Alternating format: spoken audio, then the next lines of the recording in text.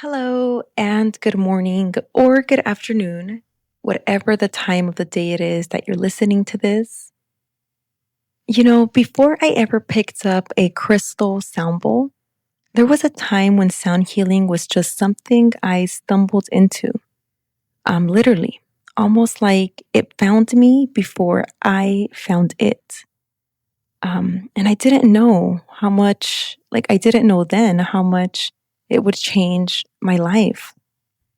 And I don't mean to say that to sound cliche or cheesy, just the truth.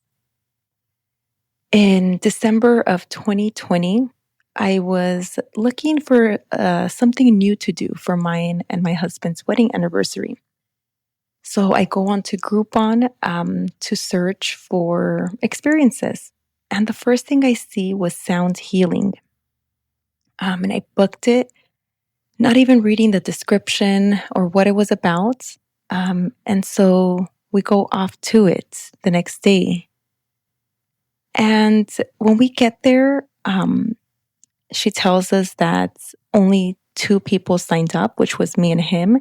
And so it ended up being like a private sound bath as opposed to the group one that we had signed up for.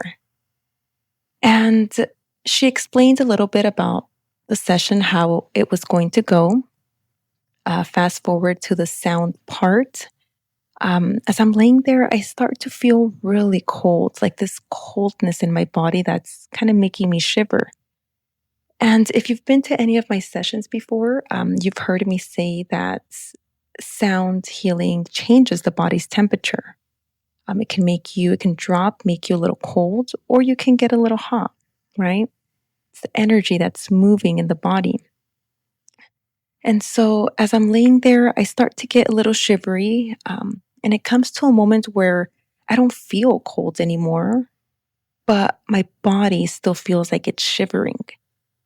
And to the point where it was shaking, like I would feel my hands, move as they're touching the floor, and like my legs jolt, and like flicker. It was something very much felt. And so initially, when we started the sound bath, I had mentally set my intention to connect with my sister. That's all I said. I want to see you. I want to feel you, and I need your help. And so in the middle of me shivering and shaking, I start to have a conversation with her like I did when she was here. And I start to tell her, am I having a seizure? Or why am I shaking like this? And I remember telling her, well, if I am having a seizure and something happens to me, at least you're there. And I do not encourage this kind of behavior. I just like to face my mind that drastically sometimes. And in the moment, that's how I felt like I was going to be able to overcome that mind that was kind of scaring me, telling me something was wrong with my body. That was my way of kind of letting it go, right? And so once I said that, it's like I went into the time of her deathbed in the hospital. And right, we're with our eyes closed. At the time, I didn't know what a third eye was, how we have the capability, all of us. I mean, it's in your brain. It's a crystalline structure.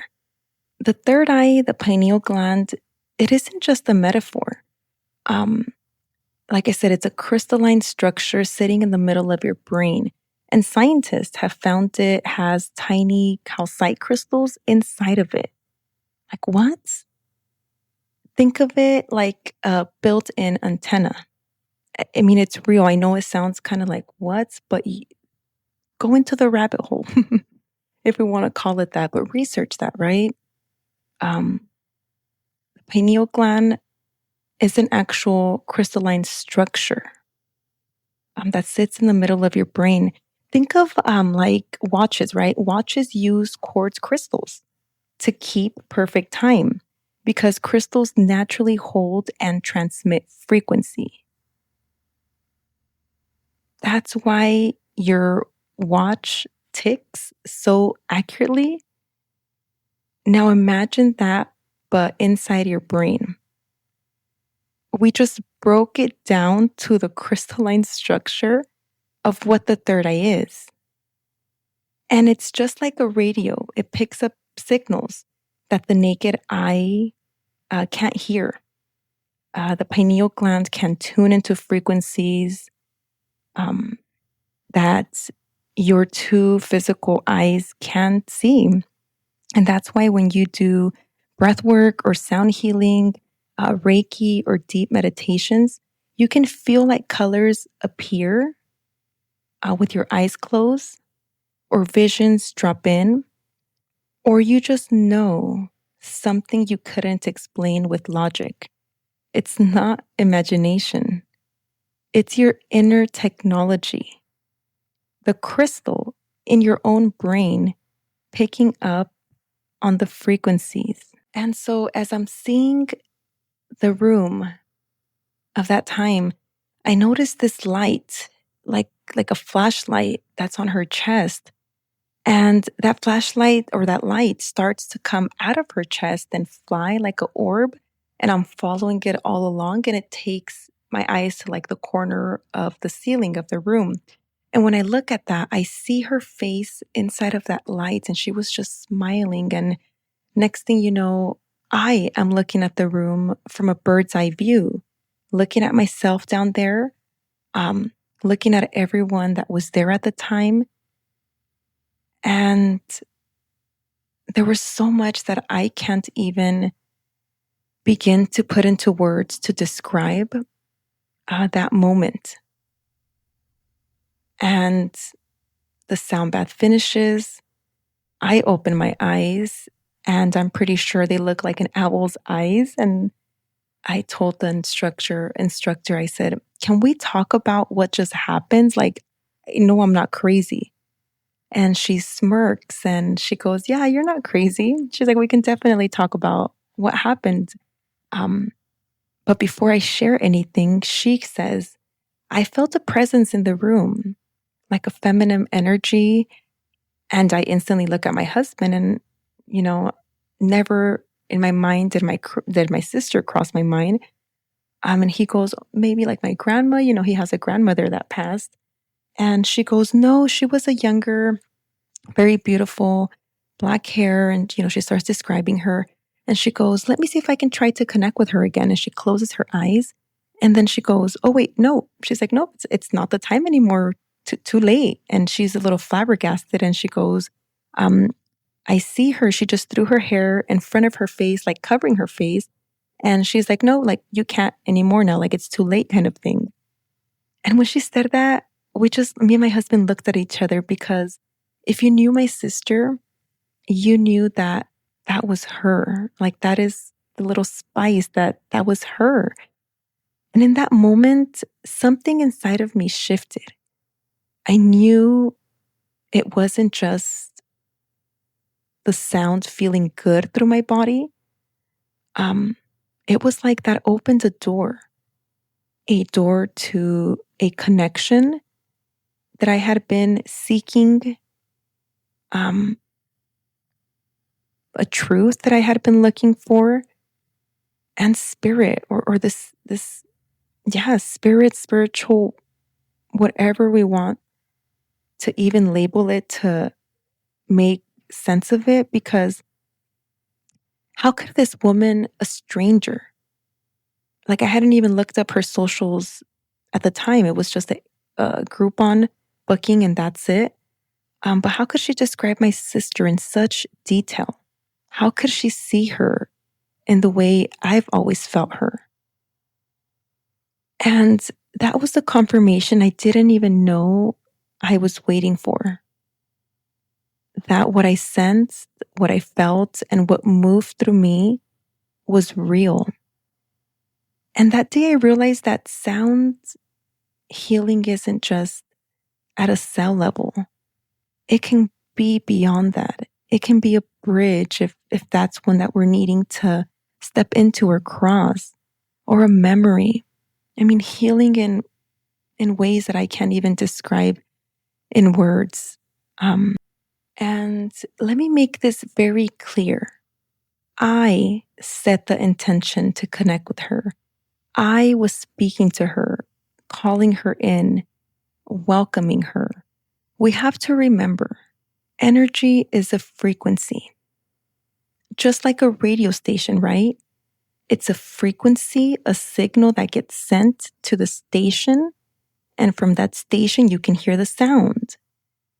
For example, if you're in Phoenix, Power 98.3 is on an FM station.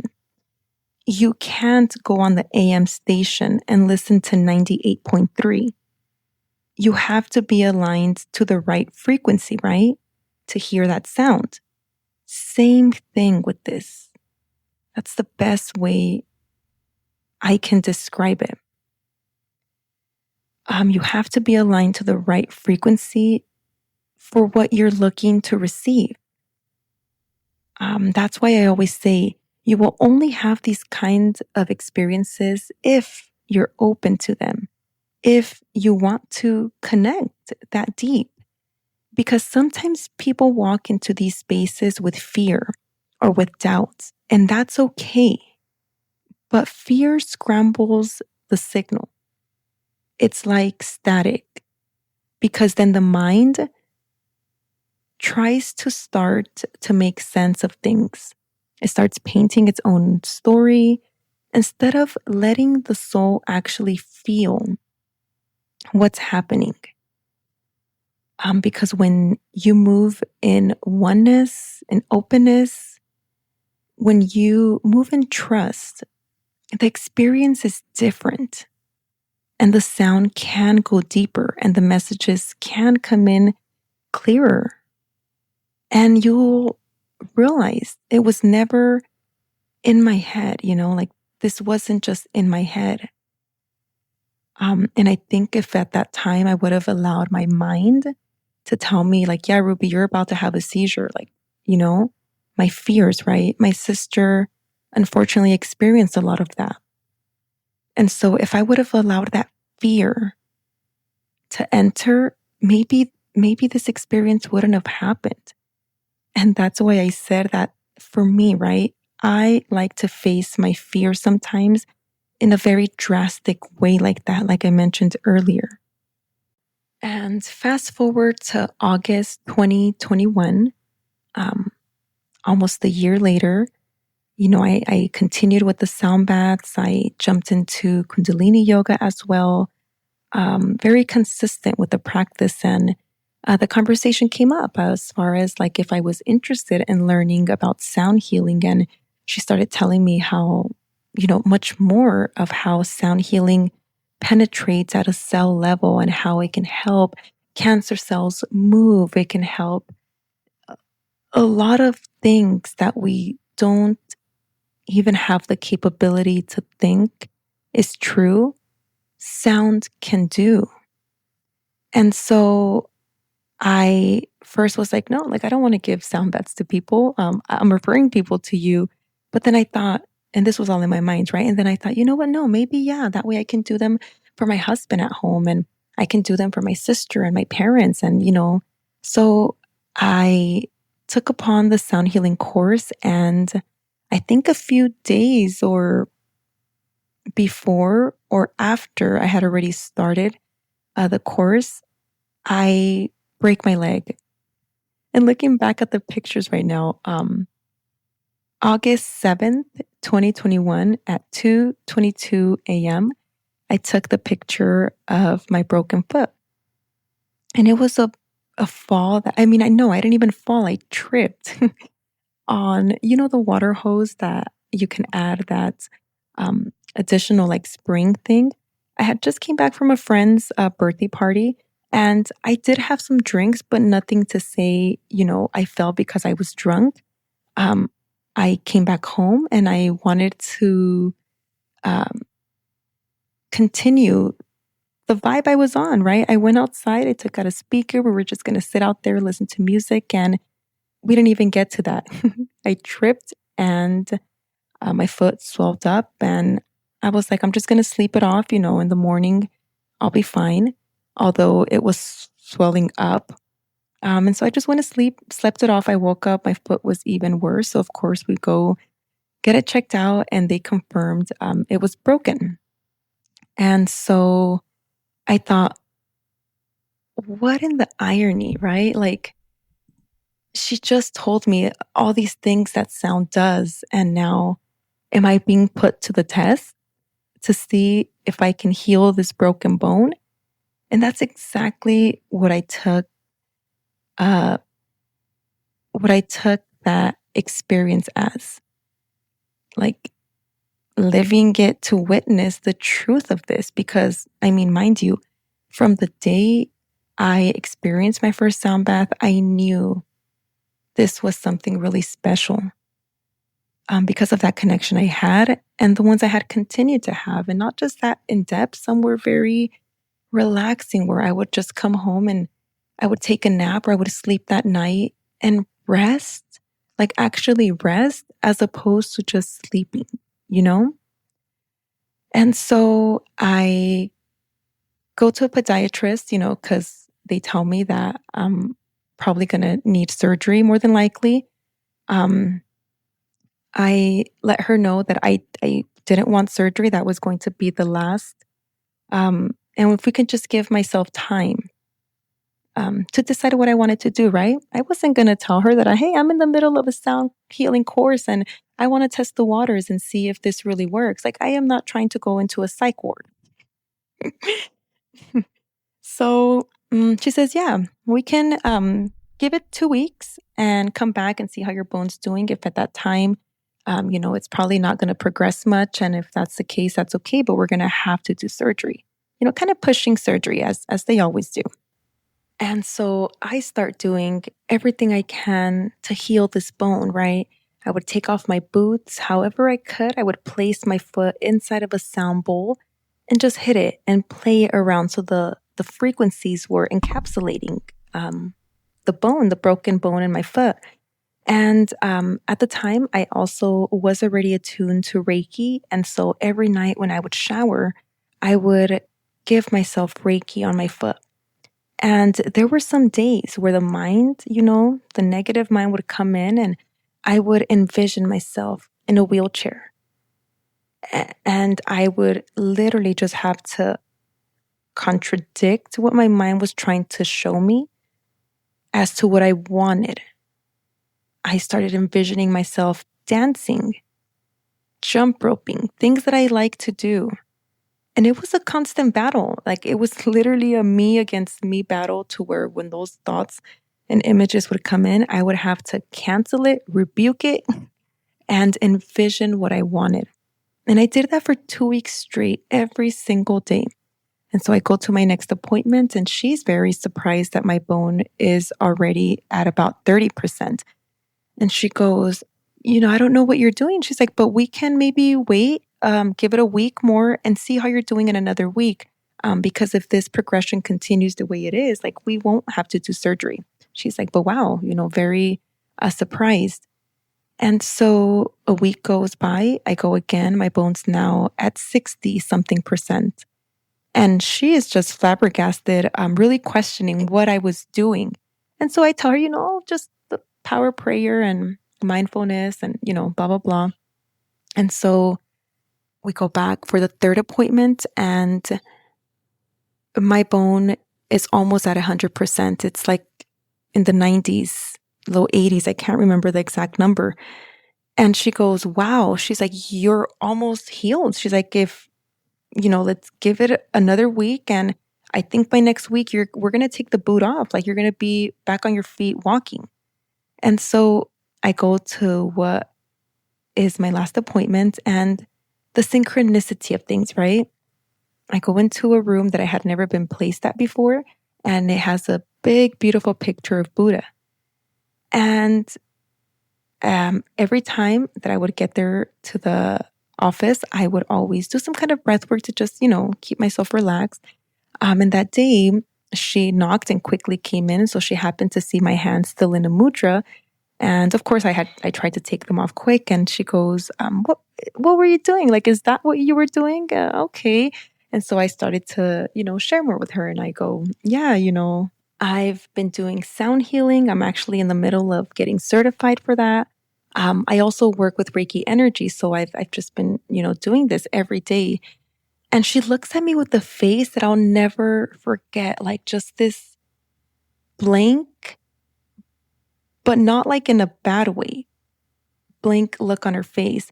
And she just says, wow. She's like, I believe in all of that, the power of the mind and these modalities that are out there. She just goes, just never stop doing whatever it is that you're doing. I think for maybe her license sake, she kept it short, but at the heart level, she understood and she knew. And so, I mean, these modalities, the power of sound, it's incredible. The roads that it can take us to, the roads that we put the GPS to.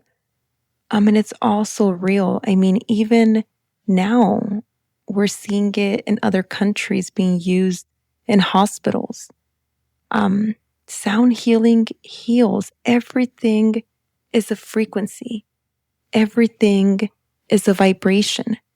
And there's a famous quote from Albert Einstein about frequencies. I'm Googling it to read it to you guys. But he said, future medicine will be the medicine of frequencies. And then another quote says, everything is energy, and that is all there is to it. Match the frequency of the reality you want, and you cannot help but get that reality. It can be no other way. This is not philosophy. This is physics.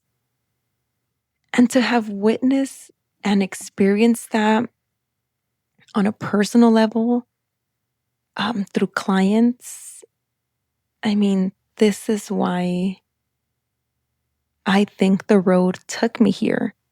Like, respectfully, I never intended to do this as a business. I wanted to do this for my family and friends. And then from the friends, word of a mouth kind of went around and it turned into something that I could have never imagined. And I'm so happy. I love sound healing. I mean, just the same way you guys receive when you're laying there, trust me, I receive the same way at a different level, right? But if you have never had a sound bath experience, take this as an invitation. And you know what? In addition, since we're getting towards the end of the episode, if you have never had a sound bath with me, and if you've made it this far into the episode,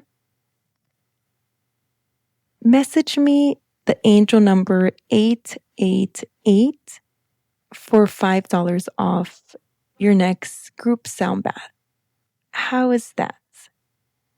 I hope this serves as a motivation, as a financial help, if that's the case, and for me as an open heart invitation to allow you to experience life in different ways, and to understand that this is the future of medicine in so many ways.